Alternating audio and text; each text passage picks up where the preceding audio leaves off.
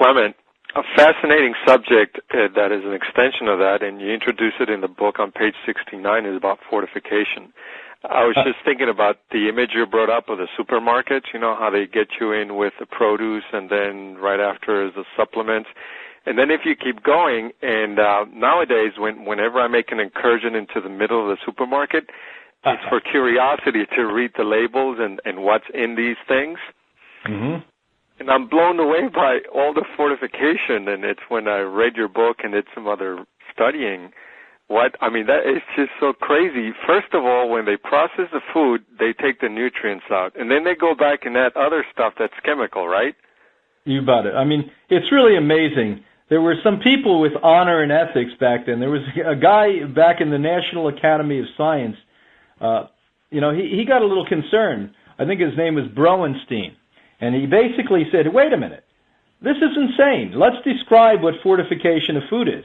And Congress here in this country, and I'm sure parliaments around the world, said, wait a minute, this is insane. We're taking whole foods that people have sustained on for the history of humanity, thousands and thousands and thousands and thousands of years. We're denaturing those foods. We're now malnourishing the public on a whole. And now we're saying we better buy supplements or we better buy nutrients to put back into it. This is insane. It's dumb, is what it is. And Browenstein described, as I recall, what fortification of food is. Puffed and flaked whole cereals must be fortified at later stages by a spray, dust, or infusion process. Here, libing vitamins such as thiamine are usually sprayed onto toasted cereals as they leave the oven. Now, I just mentioned something 9.5 minutes ago about toasted cereals, even if they're from organic grains. They're a cancer causer to begin with.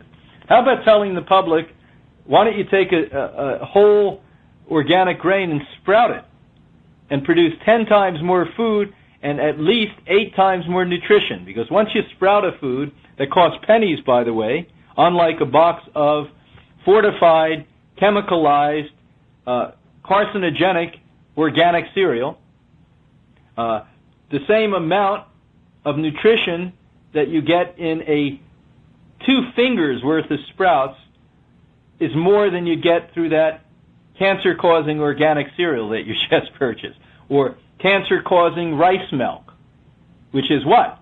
A heated grain, or cancer-causing soy milk. Now, am I the only one saying this? Well, there's been 8 or 9 landmark studies globally, different nations around the world. First was Sweden, my wife's country, with the acrylamide ideas. And then this goes back to the 1930s. So Congress had a little bit of ethics and said, this is nuts. And they tried to stop the onslaught of Big Farm.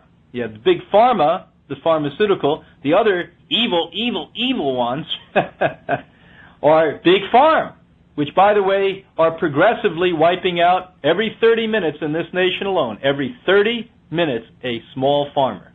And who are these people led by? Their hero? Monsanto. And this is the other evil part of the industrial complex that we have to look at today. The 3 tiers of the industrial complex, as our former President Eisenhower, who should know best, he was a general, and probably the best general in the Second World War, and probably, by the way, won the Second World War for those countries that were in it, and led by America. He said when he was leaving, the last speech, the military-industrial complex, and now we will add the other 2 evils, Big Pharma, pharmaceutical industry, who, by the way, in the United States of America sell twice as much pharmaceutical drugs to the public than any other nation in the world. So what that means, Americans, listen closely, is you consume double the amount of pharmaceutical drugs of any other nation in the world. Germany's number 2. Why? Germany has the 2nd largest pharmaceutical industry. France and Switzerland, number 3. And by the way, they have governments in their pockets, because when the public cries out and says we're paying too much for the pharmaceuticals, and say I want to go and get in a bus and go to other countries and buy my pharmaceuticals, they say, oh no, they're inferior pharmaceuticals. They're not as good as American pharmaceuticals, which is completely bogus.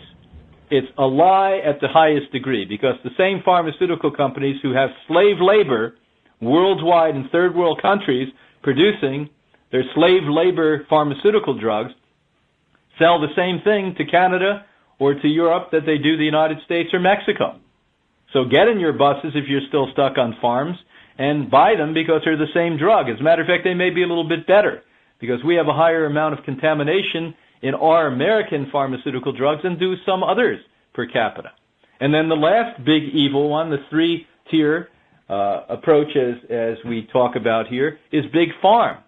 And Big Farm started in the 1920s, 1930s, denaturing our food, and got in bed with Big Pharma and said, hey, we can figure out how to make some more money for you. Go back to the government and said, we have a resolution for denaturing the food. We'll sell you for billions of dollars a year. Billions of dollars. And you make a law, basically, so companies are required to put nutrients back in foods we denature, and that's what happened. So it's another ploy to make money, and the average schmo who's not so conscious and doesn't know much about nutrition and has a clicker where they have 9 million channels on their TV and sit and drink, beer at night or soda or potato chips or God knows what fast food they drove and got on their way home that night, they don't get it. They don't get that what's happening to them is they're being screwed with a big S. Technical term. Yes, very technical.